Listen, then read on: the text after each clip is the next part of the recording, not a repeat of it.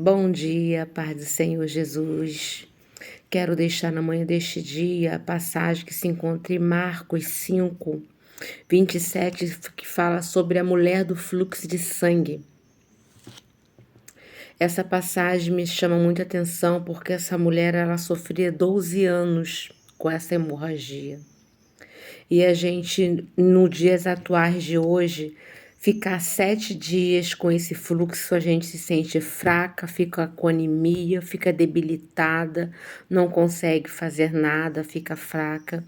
E essa mulher, naquela época, ela tentou de todos os jeitos, de todas as maneiras que ela poderia fazer para cessar essa hemorragia que ela tinha. Mas ela vendeu tudo, o que tinha de mais valioso na época, né, que era o azeite.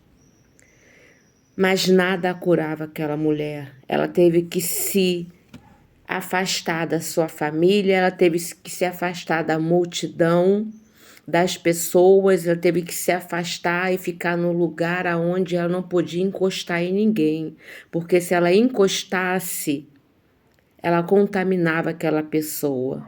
E na lei judaica, aquela mulher ela tinha que ficar no lugar isolado. Mas certa vez, eu me pondo no lugar daquela mulher, eu ouvi assim, olha, vai passar um homem aí que talvez ele possa te curar, ele tem curado tantas pessoas. Por que você não tenta ir até ele? Ela ouvindo falar, porque ninguém poderia chegar até ela para falar isso. E ela, imediatamente, ela usou da fé. Porque aquela mulher, se você parar a pensar, 12 anos de fluxo de sangue, aquela mulher já não tinha mais esperança. Estava tudo acabado para aquela mulher, não tinha mais fé, não tinha mais jeito para ela. Mas quando ela ouviu falar, ela se colocou de pé, ela se posicionou e no seu íntimo do seu coração ela falou, não, eu preciso chegar até o mestre. Eu preciso chegar até esse homem que falaram que ele cura, que ele salva. Talvez se eu chegar até ele e apenas tocar na barra do seu vestido, ou no chinelo, ou no chão que ele pisa, talvez eu possa ser curada. Só que é um segredo. Aquela mulher, ela não foi andando como os outros que estavam andando até o mestre, a multidão. Você imagina, hoje em dia, vamos colocar hoje em dia, tá? Não falo de política, mas quando as pessoas se manifestam para ficar a favor de Bolsonaro, né? Que eu também sou a favor dele. Olha quantas milhares e milhares de pessoas estão nessa multidão. E imagine essa mulher saindo do lugar onde ela estava, fraca, sem comida, com anemia, debilitada, enferma, porque é uma mulher que vive há 12 anos sangrando o tempo todo, aquela mulher já está enferma, está com anemia profunda. E ela não foi de pé porque ela não tinha força. Ela foi se arrastando entre a multidão. E imagino eu, claro, que aquela mulher, ela, sinceramente, ela esbarrou em várias pessoas. E a palavra de Deus diz aqui que se ela esbarrasse em alguém ou chegasse perto de alguém, aquela mulher passaria a sua enfermidade, aquela outra pessoa ficaria contaminada, ficaria impura. Não é contaminada, é impura. E aquela mulher, ela foi se arrastando. Imagine como aquela mulher se arrastou naquele chão para chegar até aquele homem. Eu falo aquele homem Porque para aquela mulher, naquela época, era um homem, porque ela estava desacreditada de tudo. Mas ela foi com a fé. Imagine eu se arrastando como um animal, uma cobra. Aonde ela via brecha, ela ia indo, se arrastando, tocando em um, tocando em outro, mas ninguém observou que aquela mulher estava naquele chão. Porque Jesus, que estava naquele meio ali, tem um pai, e o pai se chama Deus. E o Pai se chama Deus.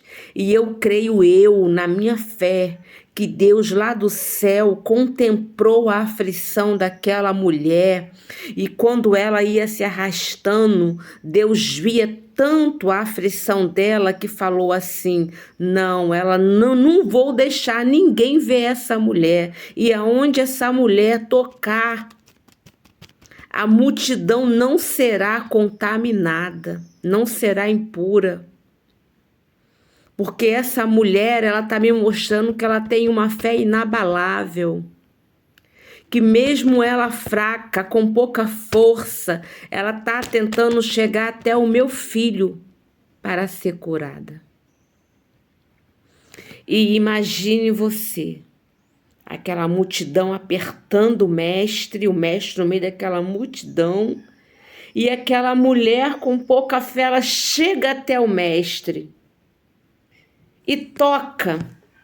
Ela toca apenas assim, ó, dá uma tocada na orla do mestre. E imediatamente o mestre para e pergunta aos seus discípulos: quem me tocou? E os discípulos, tão desligado que estava, né? Não sei se é essa palavra. Falou assim: mestre, tu me perguntas quem te tocou? A multidão te aperta. Todo mundo pode ter te tocado. E o Senhor parou e virou e falou: não, uma pessoa me tocou diferente. Me tocaram diferente porque de mim saiu virtude. E aquela mulher imediatamente se pôs de pé, olhou para ele com temor e tremor e falou: foi eu que te toquei, meu Senhor. E ele virou para ela, aqui no 30, diz assim: então a mulher que sabia que tinha acontecido, tremendo e temendo, aproximou-se, prostou-se diante dele e disse-lhe toda a verdade. E ele disse: filha, a tua fé te salvou. Vai em paz e ser curada deste mal. Quantas pessoas estão saradas, estão bem, estão boas de saúde e não conseguem tocar no mestre de forma diferente. Tá na hora de mudar este jogo. Tá na hora de mudar este quadro. Eu quero te dizer que para você ajoelhar e falar com o mestre, você tem que ter em seu coração o que muitos já perderam: intimidade. Não é falar de qualquer maneira. Não é chegar, ajoelhar e falar de qualquer maneira, é rasgar suas vestes diante daquele que pode resolver o teu problema, o meu problema. Aqui na palavra de Deus diz que ele curou várias pessoas, mas não diz que também várias pessoas ficaram sem ser curadas. Ele só curava quem Deus tocava no coração dele. Tem enfermidade que não é para cura. Tem enfermidade que é para espinho na sua carne, para você sempre lembrar de buscar Jesus, de estar perto dele, de estar com ele. Não duvide, não limite do poder daquele que é grande em resolver todos os problemas. Não duvide daquele que ressuscitou Lázaro com 4 dias de morto. Já estava fedendo, já estava em estado de decomposição. A pedra foi colocada. Jesus poderia ir na mesma hora, porque era amigo dele. Mas a multidão poderia. A multidão tinha que ver que Jesus, ele faz milagre com 4, com 5, com 6, com 7, com 10 dias de morto. Se ele quiser, ele ressuscita. E assim Jesus fez. Quando ele chegou, até cochearam com ele em 2 pensamentos. Se o Senhor estivesse aqui, Senhor, o meu irmão não teria morrido. Jesus somente respondeu: tirai a pedra. Lázaro não está morto, ele dorme. Olha que coisa linda. Quando tirou a pedra, todos olharam assim, com um olhar apavorado, um olhar que falaram assim: meu Deus, que fedor é esse? O que está acontecendo? Esse homem está louco. Esse homem está maluco. O que ele está fazendo? A gente está sentindo mau cheiro, até a própria irmã de Lázaro. Mas Jesus ali olhou para o céu e falou: Pai, seja feita a tua vontade. Ele falou: Lázaro, venha para fora.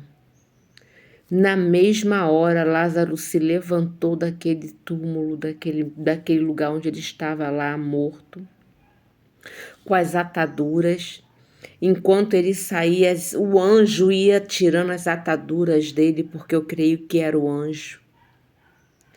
E ali não tinha cor na sua pele, não tinha mais vida em seu corpo, não tinha mais espírito no seu corpo, porque já tinha morrido. Mas conforme aquelas ataduras ia saindo, o sopro do Espírito Santo da vida ia envolvendo Lázaro, e a cor ia voltando. O olhar que não era o de morto já era um olhar diferente. E quando viram, Lázaro estava de pé, sem cheiro algum.